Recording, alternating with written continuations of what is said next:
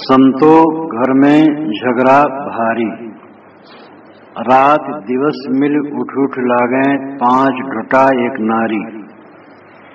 न्यारो न्यारो भोजन चाहे 5 अधिक सवादी, कोई काहू का हटा न माने आप ही आप मुरादी। दुर्मत केर दुहागिन मेटे ढोटे चाप चपेरे, कहीं कबीर सोई जनमेरा जो घर की रार निबेरे। सदगुरु कबीर इस शब्द में घर के झगड़े का वर्णन करते हैं। मानो कबीर साहब बैठे हों संत समाज सहित और कोई आकर के कहा हो कि साहब अमुक घर में झगड़ा हो रहा है, तो उन्होंने कहा भाई ये बाहर का झगड़ा तो अंदर के घर से शुरू होता है। संतो घर में झगड़ा भारी, हृदय रूपी घर में बहुत भारी झगड़ा। झगड़ा के लिए साहब भारी विशेषण देते हैं। संतो घर में झगड़ा भारी, घर यानी हृदय, हृदय में भारी झगड़ा। हृदय के झगड़े के बाद तब बाहर झगड़ा होता है। बड़े बड़े विश्व युद्ध 1-2 व्यक्तियों के वैमनस्य का फल था और होता है। आग की चिंगारी उड़ती है और एक जगह लगती है और पूरे गांव और मोहल्ले को भस्मसात कर देती है। अंदर की आग बाहर आग फैलाती है। जब मनुष्य का मन मलिन होता है तो बाहर वो दुरुपयोग करता है। साहब कहते हैं संतो घर में झगड़ा भारी। ऐ संतो हृदय रूपी घर में बहुत भारी झगड़ा है। कौन सा झगड़ा है? रात दिवस मेरे उठ उठ लागे 5 ढोटा एक नारी। 5 लड़के हैं, ढोटा नाम लड़के, और एक नारी पत्नी है। एक तो पत्नी और 5 लड़के, ये उठ उठ करके रात दिन झगड़ा करते हैं। प्राय घरों में झगड़ा होता है, दिन में होता है, रात में सो जाते हैं। साहब कहते 24 घंटे का झगड़ा है। रात दिवस मेरे उठ उठ लागे, रात दिन उठ उठ करके ये झगड़े में लग जाते हैं। 5 ढोटा, 5 बच्चे हैं, 5 ज्ञानेंद्रियां, आंख, नाक, कान, जीभ, चाम, और एक नारी वासना अविद्या। न्यारो न्यारो भोजन चाहे 5 अधिक सवादी, ये सब अलग अलग भोजन चाहते हैं और 5 बहुत ही स्वादासक्त हैं। आंख रूप चाहती तो कान को रूप से कोई प्रयोजन नहीं, वो अनुकूल शब्द चाहता है। जीभ रस चाहती है, त्वचा कोमल स्पर्श चाहती है, नाक गंध चाहती है। हर इंद्रिय अलग अलग विषय चाहती है। और वासना तो बड़ी लंबी होती है, पूरे विश्व को पाकर के भी तृप्त नहीं होती। ये नारी बड़ी प्रचंड है। नारी यानी वासना, मन का मोह, ये भयंकर जाल है। और जीव इन्हीं में उलझा रात दिन मरता है, सड़ता है।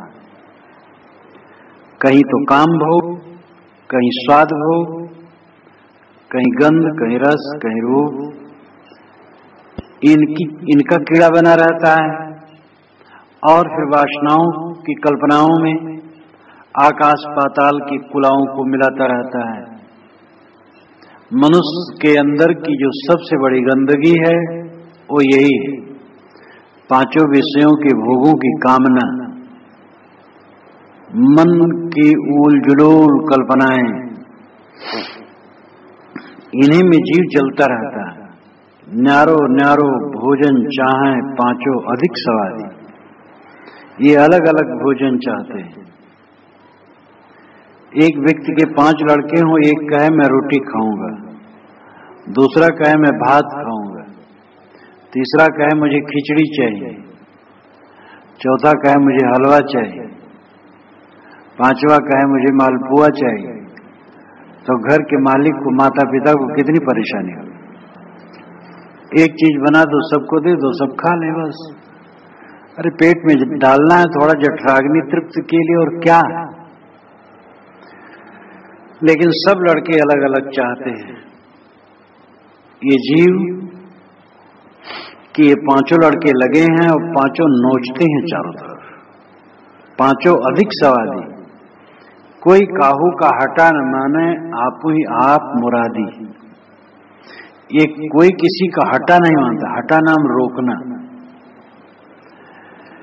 आंख रूप देख करके भी तृप्त नहीं होती है, लेकिन कान तो उससे कोई मतलब नहीं, उसे शब्द चाहिए। जीव इन दोनों से कोई मतलब है, उसे रस चाहिए। तो कोई काहू का हटा न माने, कोई किसी का कहा नहीं मानते। आप ही आप मुरादी। मुराद कहते हैं इच्छा को, और मुरादी इच्छुक को। आप ही आप मुरादी, अपने अपने भोगों की ये सब इच्छुक है। आप ही आप मुरादी। दुर्मत केर दुहागिन मेटे, ठोटे चाप चपेरे। सदगुरु कहते हैं कि तुम्हारा कर्तव्य क्या है। ये तो मैंने झगड़ा का रूप बताया, तुम्हें करना क्या चाहिए। दुर्मत की दुहागिन को मिटा दो। दुहागिन नाम दुर्भाग्य, बदकिस्मती। हमारी सबसे बड़ी बदकिस्मती है, हमारा सबसे बड़ा दुर्भाग्य है दुर्मति, दुर्बुद्धि। जिस बुद्धि से हमारा पतन हो, दुर्बुद्धि है। अंततः देखा जाए तो विषय वासना ही सबसे बड़ी दुर्बुद्धि है। जिससे हमारा मन नरक को प्राप्त हो, दुर्बुद्धि है। और विषय वासना नरक है।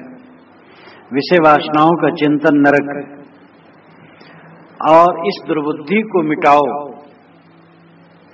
मनुष्य जीवन की पूर्ण सफलता इसी में है जब उसका चित्त बिल्कुल स्वच्छ हो जाए। चित्त में विषय वासना न रहे, चित्त निर्मल।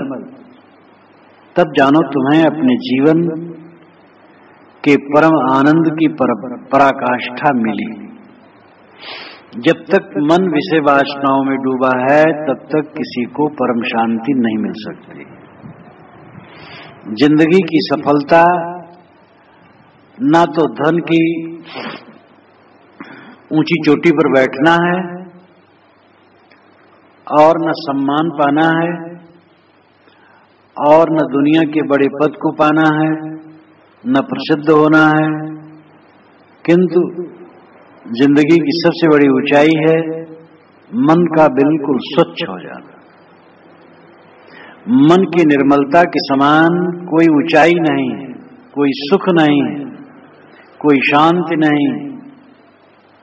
ये संसार की यात्रा करते करते हम थक गए। अनाद काल से संसार की यात्रा में है, और कहीं विश्राम नहीं मिला, कहीं शांति नहीं मिली। ये यात्रा बंद होनी चाहिए, और ये यात्रा का बंद करने मतलब है वासना की निवृत्ति,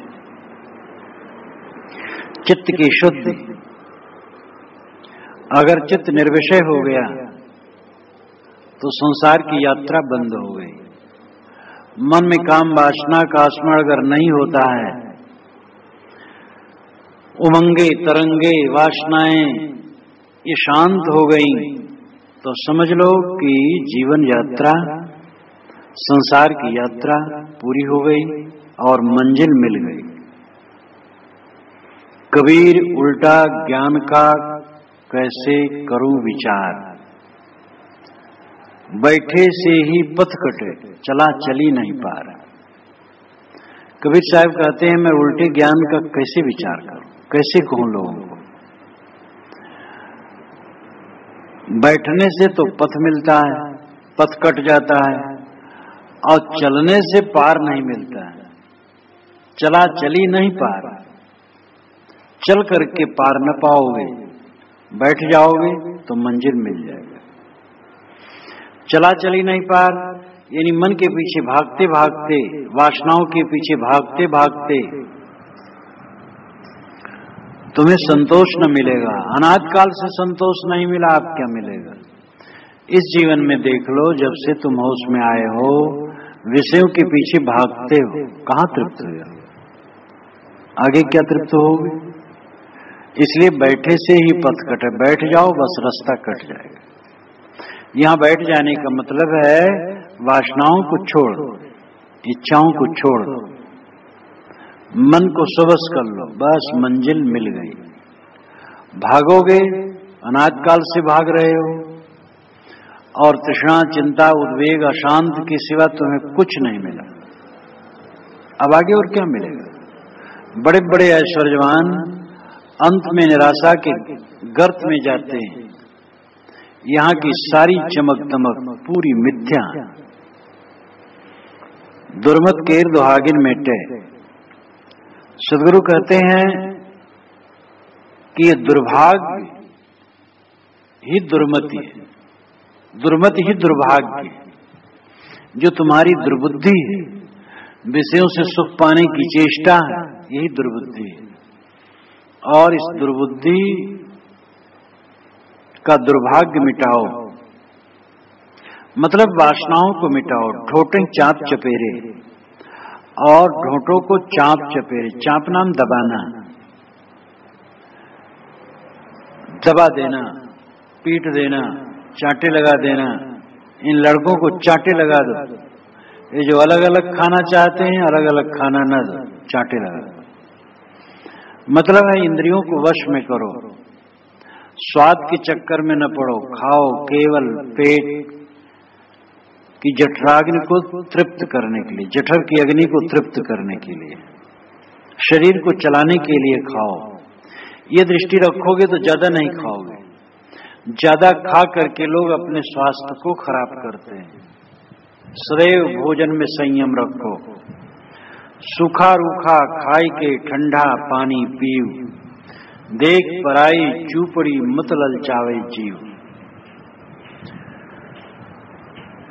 थोड़ा सा भोजन पेट में डाल दो, स्वाद की चेष्टा न करो। नेत्र को सदैव सम रखो।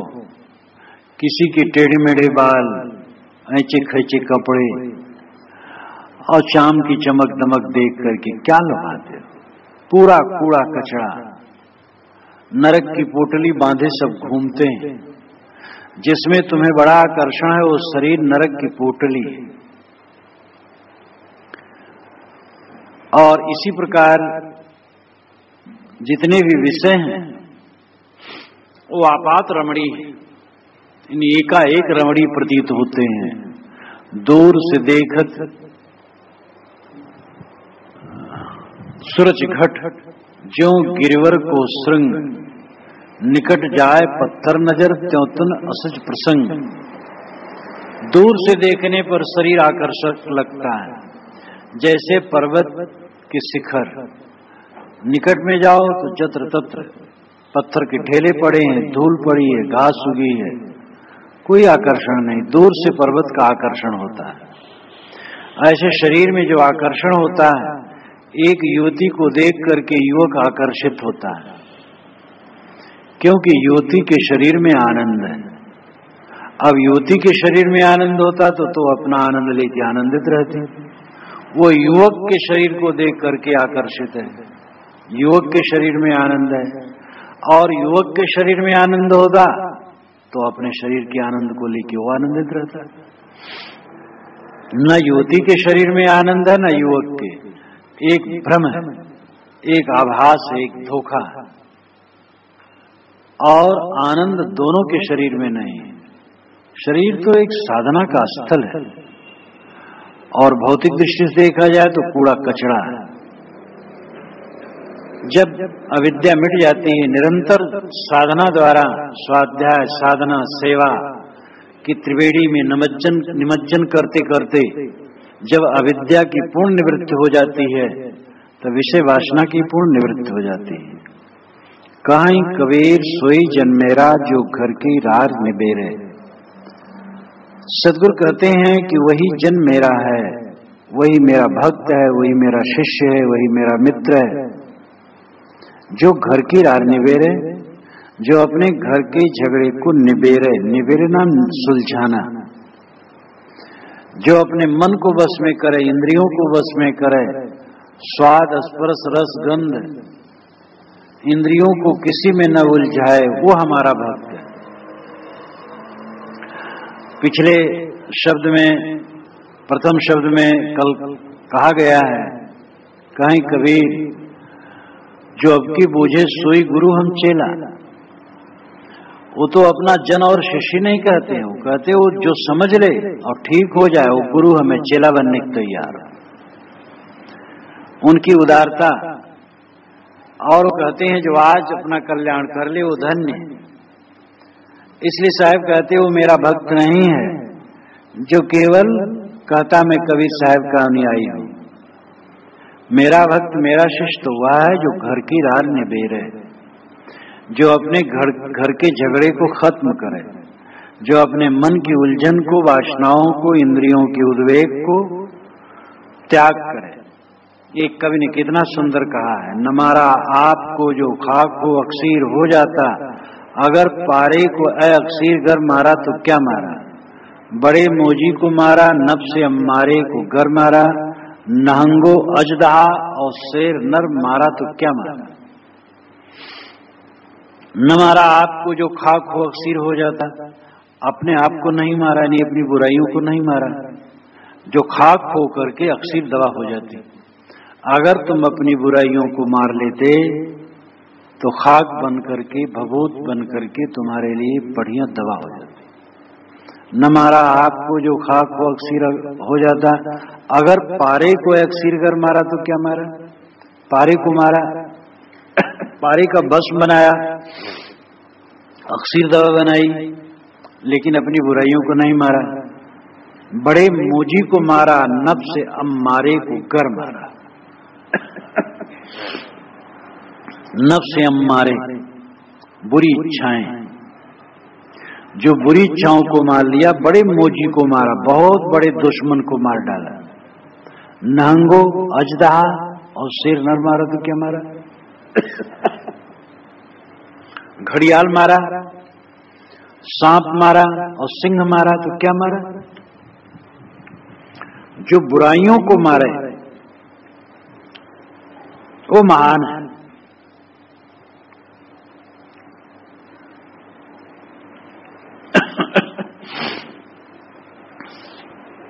संतो देखत जग बाना, सांच कहो तो मारन धावे झूठे जग पतियाना। नेमी देखा धर्मी देखा प्रात करें स्नाना, आत्म मार पछाणे पूजे इनमें किछु न ज्ञाना। बहुतक देखा पीर औलिया पढ़े किताब कुराना, कई मुरीद तदबीर बतावें उनमें उहे जो ज्ञाना। आसन मार डिम्ब दई बैठे मन में बहुत गुमाना, पीतर पाथर पूजन लागे तीर्थ गर्भ भुलाना। टोपी पहरे माला पहरे छाप तिलक अनुमाना, साखी शब्द गावत भूले आत्म खबर न जाना। हिंदू कहे महिराम पियारा, तुर्क कहे रहीमाना, आपस में दो लर मुए मरम न काहू जाना। घर घर मंत्र देत फिरत हैं महिमा के अभिमाना, गुरु सहित शिष्य सब बूढ़े अंत काल पछताना। कहीं कबीर सुनो हो संतो ई सब भरम भुलाना, केतिक कहो कहा नहीं माने सहजे सहज समाना। बहुत सरल ढंग से और सारे आडंबरों का खंडन करते हैं सदगुरु। संतो देखत जग बौराना, ऐ संतो मैं देखता हूं कि जगत के लोग पागल दिखाई देते, सब पगला गए। और पागलों के बीच में एक अगर समझदार आए तो उसकी दशा क्या हो? सब कहेंगे यही पागल है। काशी के एक विद्वान ने लिखा कि ये पागलों की दुनिया में कबीर क्यों आ गया? क्योंकि उसे ही लोग पागल कहने लग गए। ये दुनिया कबीर लायक नहीं है। कबीर साहब ने कहा भी, यहां कहा और आगे भी कहा है, को अब अनुक्षहत पर दिन को नाहिन रहन हमारो, बाबू ऐसो है संसार तिहारो। को अब अनुक्षहत पर दिन को नाहिन रहन हमारो। अरे बाबू, तुम्हारा ऐसे उल्टा पलटा संसार है और तुम्हारी झंझट कौन सा है? तुम्हारे बीच में हमारी रहनी नहीं हो सकती। तो संतो देखत जग बौराना। ऐ संतो, जगत को देखता हूं जैसे लगता है पागल खाना है। सांच कहो तो मारन धावे, सच्ची बात अगर कहता हूं तो सब मारने दौड़ते, और झूठी बात कहता हूं झूठे जगपति आना। झूठे में लोग विश्वास करते हैं। अगर पुत्र दिया जाए, धन दिया जाए, आशीर्वाद देकर रोग काटा जाए, मुकदमे में विजय का झांसा दिया जाए, सब विश्वास करें कि महाराज सिद्ध है। ज्ञान विचार की बात दो, सदाचार की बात दो, कहेंगे रे तो सब जानते हैं। महाराज कैसे हैं? सिद्ध हैं? कौन सिद्ध है? कैसी सिद्धि है महाराज को? ये प्राय लोग पूछते हैं। महाराज सिद्ध हो, आकाश में उड़ते हो, पाताल में चले जाते हो, लड़का दे देते हो, मुकदमे में विजय करा देते हो, सारा दुख दूर कर देते हो, तो महाराज सिद्ध है। पूरी झूठाई ये सब। धार्मिक लोगों ने खूब झूठाई बढ़ा रखी है और धर्म को एकदम गंदा कर दिया। 2 नंबर के धंधा से धन बढ़ता है, 2 नंबर के प्रचार से धर्म बढ़ता है। धर्म क्या है? पैसा और आदमी।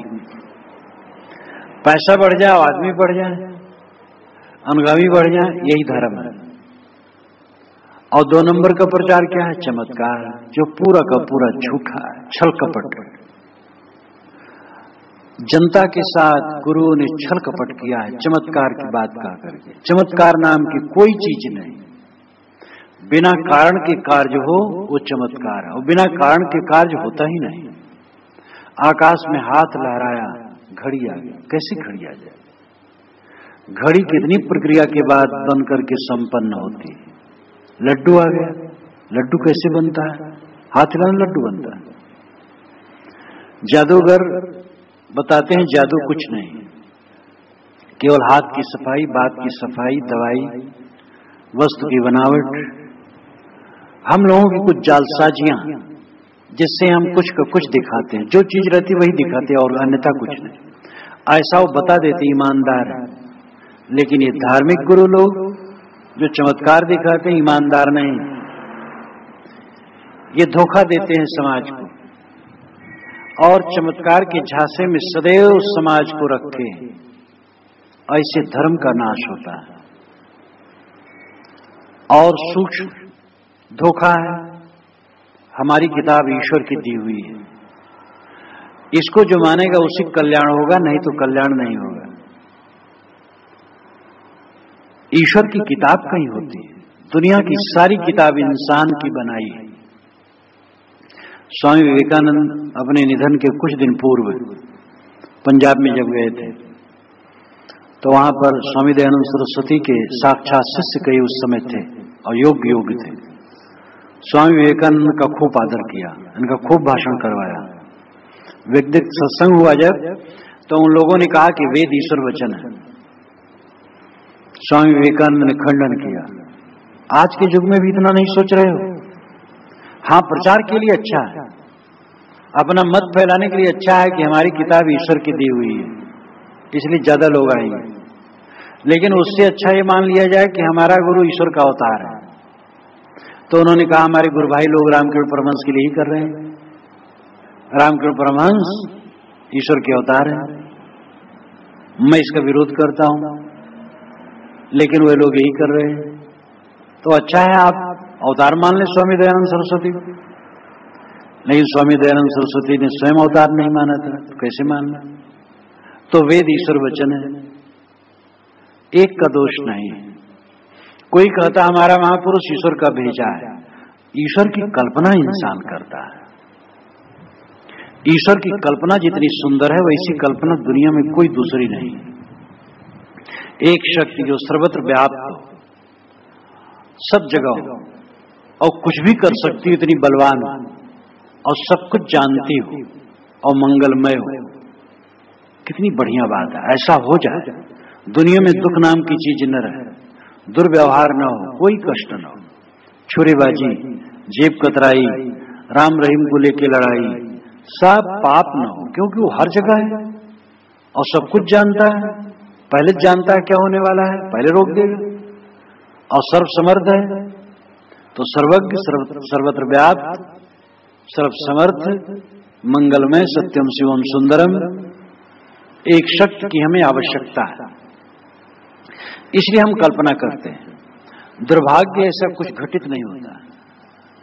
एक दिन सरकार कानून उठा दे, पूरे भारत में एक दिन दिल्ली से कह दिया जाए 24 घंटा कोई कानून नहीं है, जो कुछ करेगा कोई उस पर दंड नहीं दिया जाएगा। देखो दूभर हो जाएगा, घर में रहना, झोला लेके चलना तो मुश्किल है। तो हमारी आवश्यकता ऐसी है, इसलिए हम कल्पना करते हैं ईश्वर की। अब ईश्वर ने दूत भी भेज दिया किसी के यहाँ, अपना अवतार भी आ गया, स्वयं पुत्र भी भेज दिया। ये समाज को खींचने की एक झांसा है, लेकिन इन सब बातों में संसार लट्टू है। झूठे जग पर साच कहो तो मान धावे। अगर सच्चाई कही जाए कि सारी किताबें मानव रचित हैं और सारे महापुरुष केवल मानव हैं, कोई पैगंबर नहीं, कोई अवतार नहीं, और जो तुम करोगे वही भरोगे, ये कहा जाए तो जगत के लोग मारने दौड़ेंगे। झूठे जगपतियाना, झूठी बातों में जगत विश्वास करता है, इसीलिए झूठे झूठे लोगों के बड़े बड़े दल बने हुए हैं और उन्हीं का वर्चस्व। नेमी देखा, धर्मी देखा, प्रात करे स्नाना, आत्म मार पछाड़े पूजे, उनमें किछो न ज्ञान। साहब कहते हैं मैंने बड़े निकट से नेमियों को और धर्मियों को देखा है। धर्म और विद्या के केंद्र काशी नगरी में सदगुरु कबीर ने निवास किया था, वही उनका प्राकट्य ही है और जीवन के अधिक हिस्से वहां बीते। वो पूरे भारत में घूमते रहे, लेकिन हेड ऑफिस काशी रही। और भी घूम घूम करके उन्होंने देखा था बहुत से नेमी मिलते हैं, बहुत से धर्मी मिलते हैं। नेमी नियम का पालन करने वाले, प्रात करें स्नाना, बिल्कुल सुबह उठ करके स्नान कर लेते हैं, लेकिन वह आत्मा को मार करके पत्थर पूजते हैं। बकरा काट करके, मुर्गा काट करके, भेड़ा काट करके, भैंसा काट करके पत्थर को पूजते हैं। जिसको खुश करना चाहते हैं वो निर्जीव है और जिससे खुश करना चाहते हैं वो सजीव है। इतनी अकल नहीं। पत्थर क्या भला खुश होगा और उसको खुश करने के लिए सजीव प्राणी को काटना, इतनी अकल नहीं। साहब कहते उनमें किछो न ज्ञान, कुछ भी ज्ञान इनमें नहीं। ये कबीर साहब का साहस था, डरे नहीं, न तो रहनी में ढील थे और न कथनी में ढील थे। डरते ही नहीं थे कुछ क्या होगा, सत कहना। साहब कहते इनमें कुछ ज्ञान नहीं। बहुत था पीर औलिया, पढ़े किताब कुराना, कई मुरीद तदबीर बतावें, उनमें वह जो ज्ञान है।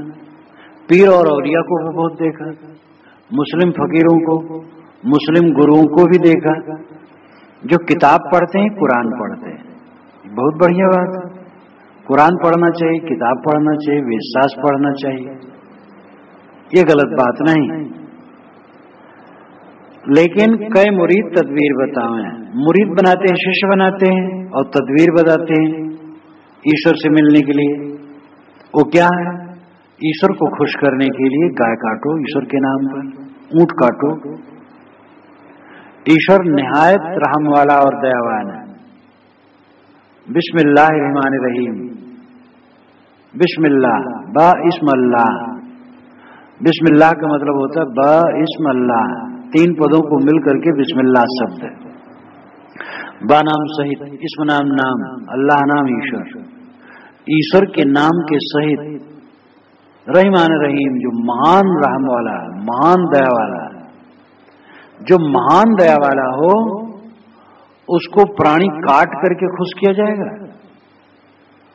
जो दया का स्वरूप है वो निर्दयता के काम से खुश हो सकता है? अपनी जीभ लपलपाती और जीभ के स्वाद के चक्कर में पड़ करके दुनिया के धार्मिक लोग ऐसा करते हैं। बौद्ध और जैन निरीश्वरवादी, उसने ईश्वर नहीं माना, उसने किसी जीव को नहीं मारा। लेकिन जितने ईश्वरवादी मत हैं दुनिया के, ये सब ने, ईश्वर और देववादियों ने प्राणियों को काट काट करके अपने ईश्वर और देव को खुश करने की चेष्टा की। वैदिक परंपरा में यही बात थी। देवताओं को खुश करने के लिए खूब जीववध किया जाता था। इस्लामी परंपरा में बाइबल में और प्राणियों को वध करके हवन किया जाता था। जितने ईश्वरवाद के मत प्राचीन हैं या अर्वाचीन हैं, वह सब जीवों को मार करके अपने ईश्वर और देवता को खुश करने का प्रयास करते थे। बौद्ध जैन मत प्राचीन है, लेकिन किसी को मार करके किसी को खुश करने की चेष्टा नहीं। अब कौन आस्तिक कौन नास्तिक है? कहते बौद्ध जैन नास्तिक है, जो जीव दया बताता वो नास्तिक है, और ईश्वर ईश्वर चिल्लाने वाले जो जीव काट करके ईश्वर और देवता को खुश करने की चेष्टा करते हैं वह आस्तिक है। कैसी समझ? साहब कहते उनमें वह जो ज्ञान, जैसे ये नेमी धर्मी लोग, प्रातः स्नान करने वाले लोग प्राणियों का वध करके पत्थर पूजते हैं, वैसे ये मुसलमानों की भी बात है, इनके पीर औलिया की भी बात है। ये भी शिष्यों को यही उपदेश करते हैं कि तुम खुदा के नाम पर जीव का वध करो तो खुदा खुश होगा। हिंदुओं में तो ये घटा भी, मुसलमानों में घट भी नहीं रहा है। ये दुर्भाग्य है। आसन मार डिम्ब धरि बैठे, मन में बहुत गुमाना, पीतर पाथर पूजन लागे, तीरथ गर्भ भुलाना। आसन मार करके बैठ गए, डिम्ब, डिम्ब नाम दम्भ, कि हम बहुत बड़े योगी। मन में बहुत गुमाना, मन में बड़ा गुमान है। गुमान नाम भ्रांत, गुमान नाम अहंकार। मन में बड़ा अहंकार है कि हम बड़े सिद्ध योगी। करते क्या है? पीतर पाथर पूजन लागे, पीतर पाथर पूज रहे हैं। तीर्थ गर्भ भुलाना, तीर्थ के अहंकार में भूले हैं। जो जाए बद्री सोना बद्री कहावत है। लेकिन कितने लोगों को मैं देखा कि बद्री से लौट के आए तो अपनी भैंस ले जाकर के रात में दूसरे की फसल में चराते थे। अब बद्री होके आए, वो बद्री में तो जाएंगे नहीं, तो इस जीवन में जो मन हो सो कर ले। मुसलमान बंधु भी मजाक करते हैं, कहते महाराज हमारे यहाँ जो मक्का मदीना हो आता है वो समझ लेता हमारे मन पर अब पलस्तर हो गया, कोई पाप चढ़ेगा नहीं, और जो मन आता सो करते। अब इसकी ये बात नहीं है कि जो बद्री जाते सब ऐसे करते हैं, या जो मक्का मदीना जाते सब ऐसे करते हैं। लेकिन भूल यह है, अति महिमा में चरित्र कभी सुधर नहीं सकता है। गंगा में नहाओ पाप कट जाएगा, तो क्या डर है? पाप करते रहो, नहाते रहो, कटता रहे। चार खान जगजीव अपारा, अवध तजे तन नहीं संसारा। चार खानी के जितने जगत जीव हैं, अयोध्या में शरीर छोड़ दें तो उनको जन्म नहीं धारण करना, मुक्त हो जाएगा।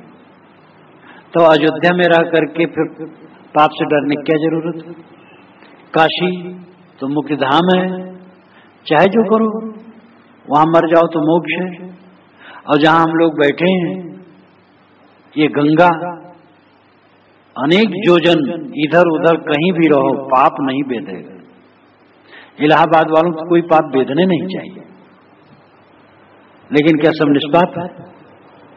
राम कह देने से उतना पाप भस्म होता है जितना पाप जीवन में जोर लगा करके कर नहीं सकते हो, ऐसा भी लिखा है। कितना दुर्भाग्य, ये महिमा के वचन मनुष्य का विनाश कर डाले। गायत्री जपो, सारा पाप भस्म हो जाएगा। एक दिन गायत्री जप आरंभ हुआ था, विश्वामित्र के कंठ से निकला है, ऋग्वेद का मंत्र है। ऋग्वेद में 2500 गायत्री मंत्र है। गायत्री, बृहति, पंक्ति, उष्णिक, जगती, ये सब वैदिक मंत्र हैं। विश्वामित्र विद्वान कल्पना करते हैं कि विश्वामित्र और वशिष्ठ में कलह था और वशिष्ठ से विश्वामित्र हार गए।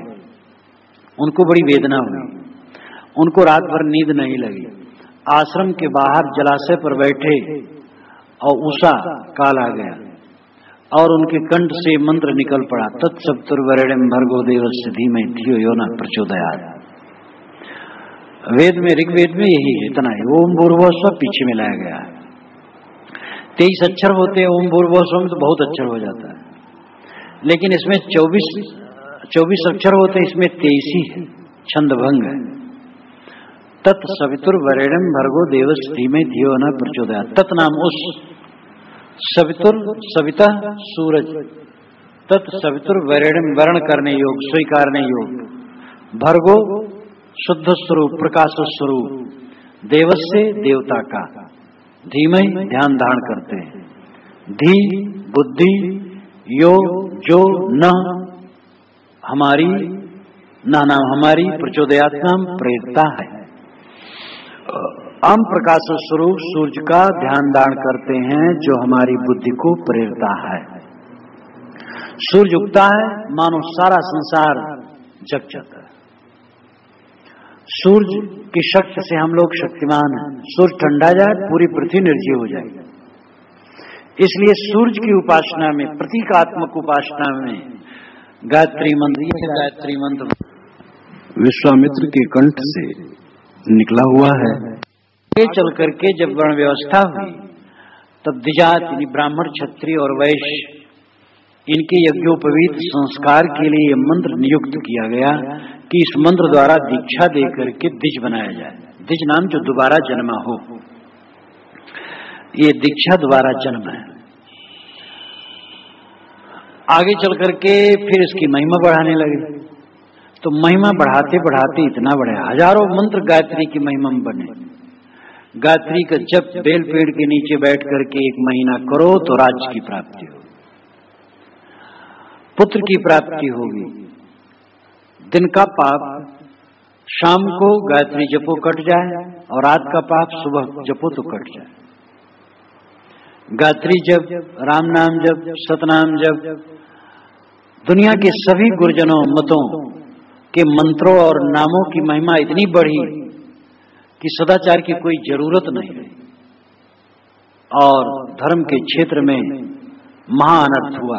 अब आजकल मंदिर मस्जिद अधिक बन रहे हैं पहले की अपेक्षा, कीर्तन, अखंड कीर्तन बहुत हो रहा है और न मालूम क्या क्या, कुल कर्मकांड बहुत बढ़ गया है। सदाचार कितना बढ़ा है, मन की शांति कितनी बढ़ी, क्योंकि रोग कहीं है, दवाई कहीं हो रही है। यथार्थता से लोग दूर, पहले कल्पित देवता बनाएंगे, कल्पित भगवान बनाएंगे, तब उसको कुछ अर्पित करके उससे सब माफी चाहेंगे। ये अपने मन का भुलावा। अरे देवता तो तुम्हारी आत्मा है और उसको देखो, उसकी आवाज सुनो, उसके लिए ईमानदार रहो, सदाचारी रहो, तब कल्याण होगा। लेकिन इसमें मेहनत है, त्याग है, और ये करना लोग नहीं चाहते हैं, तो अनर्थ। पीतर पाथर पूजन लागे, तीर्थ गर्भ भुलाना। बस पीतर पाथर पूजने लगे, तीर्थों के अहंकार में भूल गए। टोपी पहरे, माला पहरे, छाप तिलक अनुमाना, साखी शब्दे गावत भूले, आत्म खबर न जाना। साहब चतुर्दिक कहते हैं, एक के नहीं कहते हैं। उन्होंने नेमी धर्मी को कहा, मुल्ला को कहा, दम्भ रखने वालों को कहा, अब साधुओं को भी कहते हैं। कितने साधु हैं, टोपी पहने हैं, विचित्र प्रकार की टोपी पहने हैं, माला पहने हैं, माला पहनी 4, छाप तिलक अनुमाना, छाप लगा लिए शरीर में 12 चिन्ह, और तिलक लगा लिए, बहुत बढ़िया तिलक। अनुमाना, साहब कहते हैं अनुमान कल्पना में डूबते रहते हैं, ये सब के लेकिन अनुमान में लटके, यथार्थ बोध नहीं, स्वरूप का ज्ञान नहीं। साखी शब्द गावत भूले, साखी शब्द गाते भूल रहे हैं। इन्हीं रात दिन साखी शब्द बोलते हैं, दृष्टांत श्लोक प्रमाण कहते हैं, ज्ञान की चर्चा खूब करते हैं, लेकिन आत्म खबर न जाना, अपने आत्मा का ज्ञान नहीं, निज स्वरूप का बोध नहीं। जिसको निज स्वरूप का बोध नहीं है उसको क्या मिला? मानव जीवन का चरम लक्ष्य है अपने आत्मा की पहचान। अपने को समझो तुम कौन हो। जिसने अपने आत्मा को पहचाना और वासनाओं को त्याग करके अपने आप को पाया, वही धन्य है। वासनाओं को त्यागने के बाद ही कोई अपने आप को पाएगा। अपने आप को पाने का मतलब है अपने आप में स्थित हो जाना। भगवान कृष्ण ने कहा, यस्तु आत्मरतरेव स्यादात्म तृप्तस्य मानव आत्मन्येव च संतुष्टस्तस्य कार्यम न विद्यते। जो आत्मा में प्रेम करता है, आत्मा में तृप्त होता है, आत्मा में संतुष्ट होता है, उसको कुछ करना बाकी नहीं रहता है। तो साहब कहते हैं कि साखी शब्द, दोहा, चौपाई गाते हैं और इसी अहंकार में भूले हम ज्ञानी हैं, लेकिन आत्मज्ञान नहीं है। हिंदू कहें मोहिराम प्यारा, तुरुक कहें रहीमाना, आपस में दो लर मोये मर्म न काहू जाना। हिंदू कहते हमें राम प्यारे हैं, मुसलमान कहते हमें रहीमान प्यारे हैं, आपस में दोनों लड़ के मरते हैं। मर्म न काहू जाना, दोनों इस रहस्य को नहीं जानते हैं कि राम कह करके और रहीमान कह करके जिस भाव को हम व्यक्त करते हैं वो तत्व एक ही है। शब्दों का फर्क है और शब्दों के फर्क को लेकर के वास्तविकता में फर्क नहीं हो सकता है। कोई कहता हम पानी पीते हैं, कोई कहता नहीं हम पानी कदाप नहीं पी सकते, हम वाटर पिएंगे। कोई कहता हम पानी वाटर दोनों नहीं पी सकते, हम जल पिएंगे। तो अनाड़ीपन है। ये सभी शब्दों का फलितार्थ एक है, जो एक शीतल द्रव होता है और उसी को हम सहज भाषा में पानी कहते हैं। राम समझ रहमान समझ ले, धर्म समझ ईमान समझ ले, मंदिर कैसा मस्जिद कैसी, ईश्वर का स्थान समझ ले, कर दोनों में शैर, बाबा कोई नहीं है गैर। मंदिर मस्जिद उपासना के स्थल है। वह कब दिन होगा जब मंदिर में भी मुसलमान जाएंगे और मस्जिद में भी हिंदू जाएंगे। सब भाई भाई हैं, सब मनुष्य हैं, लेकिन संकुचितता तो इतनी है कि शिव मंदिर में भी वैष्णव नहीं जाना चाहते। शिव मंदिर अगर खुला हो तो वैष्णव उधर देखना नहीं चाहते, और श्री संप्रदाय वाले तो बिल्कुल नहीं। उनका चंदन लगा हुआ है श्री संप्रदाय का, और शिव सामने दिखाई नहीं, वो लिंग है, तो लक्ष्मी जी को कितनी लज्जा लगेगी। बेकार बेकार की बात। चंदन में कहीं लक्ष्मी जी बैठी। तो वैष्णव और शैव एक दूसरे को सहना नहीं चाहते, राम उपासक कृष्ण उपासक एक दूसरे को सहना नहीं चाहते, सिया सुन्नी एक दूसरे को सहना नहीं चाहते, एक भेद वाले दूसरे भेद वालों को सहना नहीं चाहते। ये कितनी संकुचितता। सीधी सादी बात है कि हम सब मनुष्य हैं और हम सबको जरूरी है सदाचार की। जीवन में सदाचार हो, मन इंद्रियां बस में हो, हर मनुष्य से प्रेम करें। परमात्मा सबके अंदर में बैठा हुआ आत्मा है। वो किसी एजेंट से नहीं मिलता है, किसी दलाल से नहीं मिलता है, उसके लिए दलाल की जरूरत नहीं। कोई संप्रदाय दलाल बनता है तो दुनिया को धोखा देता है। हाँ, सदगुरु की जरूरत है, उस्ताद की जरूरत है, उसके बिना तो कुछ काम नहीं चल सकता। जूता टाकना है, साइकिल का पंचर बनाना है, घड़ी और इंजन और वायुयान, टेलीविजन और जो कुछ भी बनाना है, सबके लिए उस्ताद की जरूर सीखना पड़ेगा। आत्मज्ञान के लिए तो गुरु की जरूरत है ही, तो गुरु की आवश्यकता है। लेकिन जो दरारी चल रही कि हमारे मत द्वारा ही वो सत्य मिलता है, हमारे मजहब से वो मिलता है, नहीं तो नहीं, ये धोखा है। तो साहब कहते हैं आपस में दो लड़ मुझे मरम न काहू जाना। ये हिंदू मुसलमान आपस में लड़ के मरते हैं और भेद नहीं समझते हैं, दोनों वही बात कहते हैं और दोनों निरर्थक लड़ते हैं।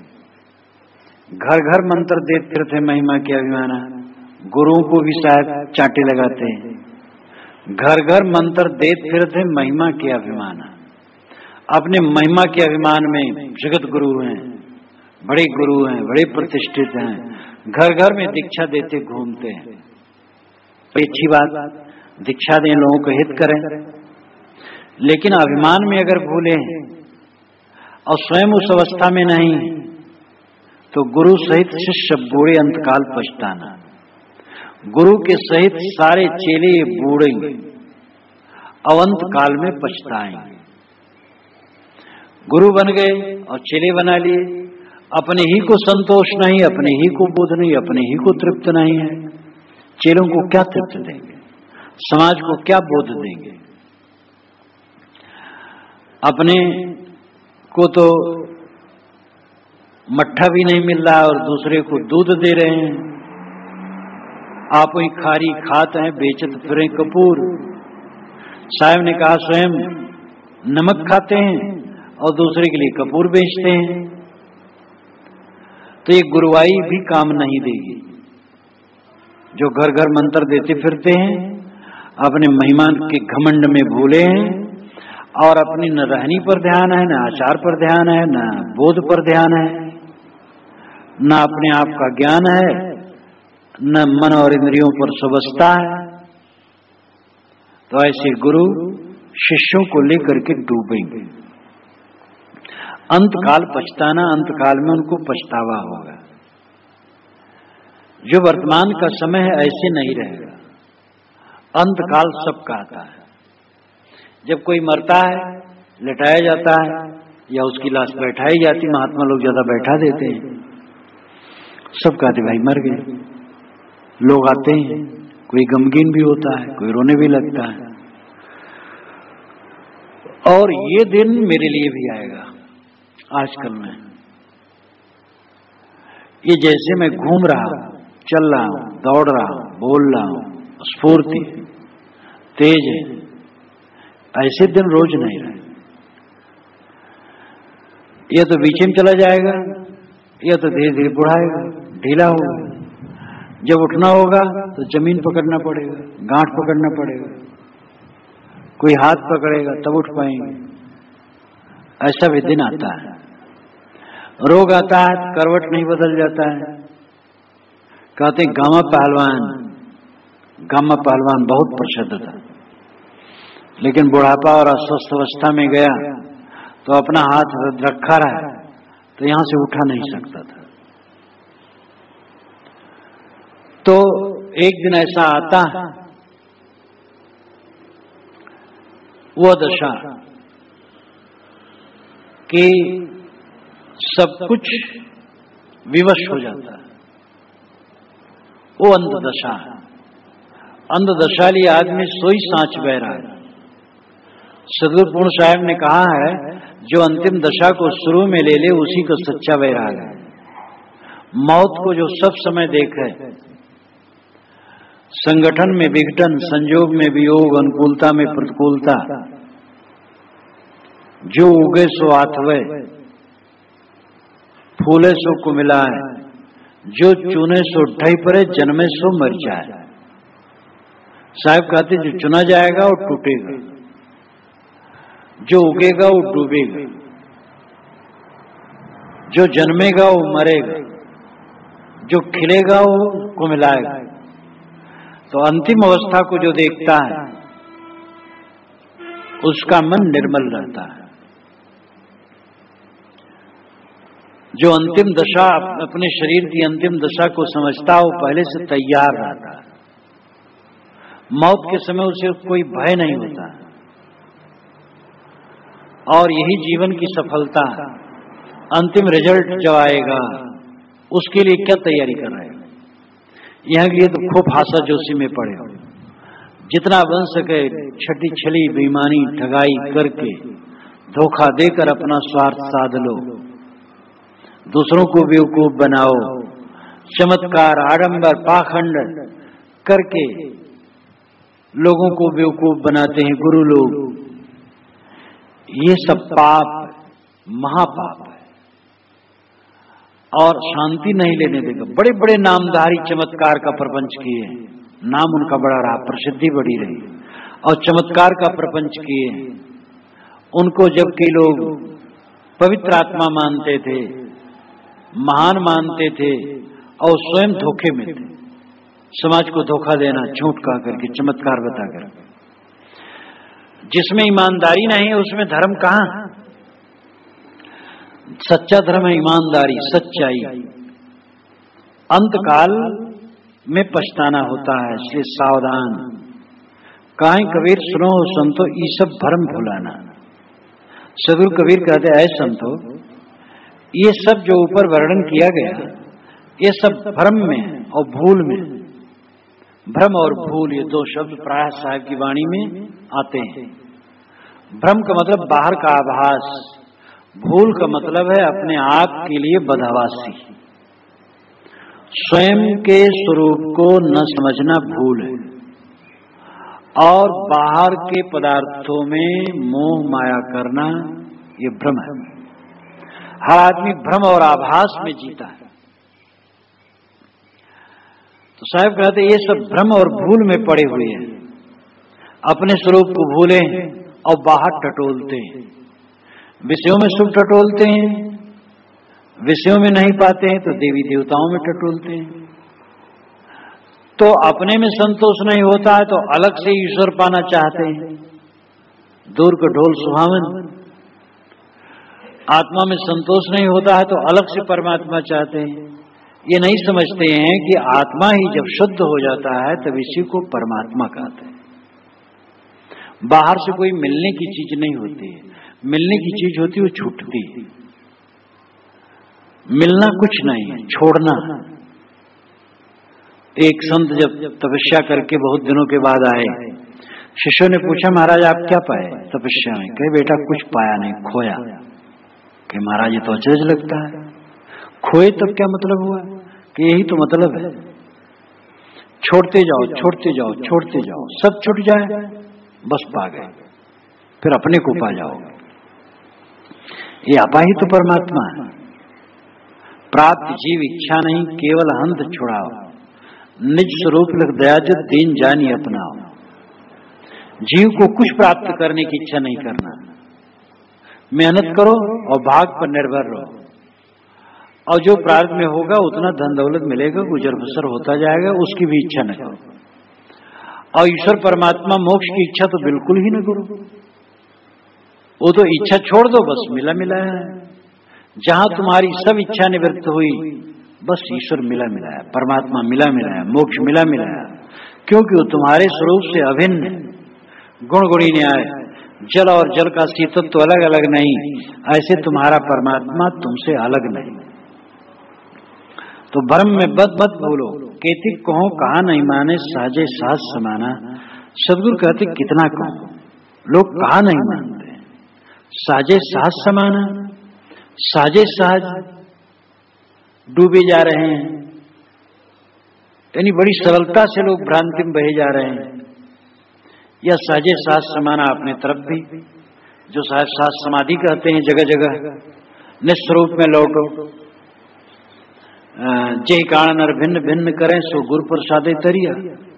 जिस मोक्ष कल्याण के लिए लोग नाना कर्म कांड और उलझन में पड़ते हैं, उस सदगुरु के सत्संग द्वारा स्वरूप बोध पा करके साझी हो जाता है। साजे सहज समाना, साजे सहज निस्वरूप में समा जाना। जो सहज स्वरूप आपका स्वरूप है, अपना स्वरूप है, उसमें समा जाना, निस्वरूप में स्थित हो जाना। यही जीवन की चरितार्थता है। तो सद्गुरु कबीर ने पहले वाले ने तीसरे शब्द में घर के झगड़ा को निबेड़ने के लिए कहा, अपने घर के झगड़ा को मिटाओ, अपने मन के झगड़ा को मिटाओ। लड़के से न लड़ो, अपने मन को ठीक करो, लड़का ठीक हो जाए। पिता से न लड़ो, माता से न लड़ो, गुरु से न लड़ो, चेले से न लड़ो, भाई से न लड़ो, पड़ोसी से न लड़ो, अपने मन को ठीक कर लो, बस सब ठीक। जहां तुम शीतल हुए या आपा को डार दे, दया करे सबको। तुम अपना अहंकार छोड़ दो, सब दया करेंगे। इसलिए बाहर के झगड़े को मिटाने के लिए जरूरी है तुम्हारे अंदर का झगड़ा मिट जाए। और इस चौथे शब्द में सद्गुरु कहते हैं कि संसार पागल है, ये संसार पागल खाना है, संसार के लोग पागल हैं। धर्म के नाम पर महाआडंबर है, सदाचार और नैतिकता का मूल्य बहुत घटा दिया गया है। नाम, मंत्र, पूजा पाठ, अमुक जगह नहाना, अमुक देव मंदिर दर्शन, बलि कुर्बानी के नाम पर जीवबद्ध और माला टोपी चंदन और साखी शब्द, केवल बाहरी चीजों में। अब साखी शब्द कितनी जरूरी है पढ़ना गुनना, लेकिन वही खाली अहंकार कर ले साखी शब्द पढ़ने, श्लोक दृष्टांत पढ़ने गुनने और अनिदान न धारण करे तो क्या।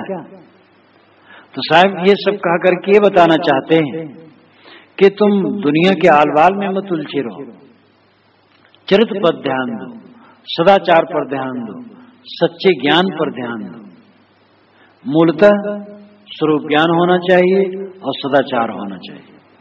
आत्मा को पहचानो, सदाचारी बनो, इंद्रियों को वश में करो और अपने आप की तरफ लौटो। वासनाओं का त्याग करो। वासनाओं के त्याग के बाद जब आदमी अपने तरफ लौटता है, अंतर्मुख होता है, तब उसे आत्मानुभव होता है और वही जीवन का चरम लक्ष्य है। बाहर से कुछ नहीं पाना है, जो तुम्हें पाना है वो नित्य प्राप्त है। केवल बहिर्मुखता से लौट करके अंतर्मुख होने की देरी है, बस।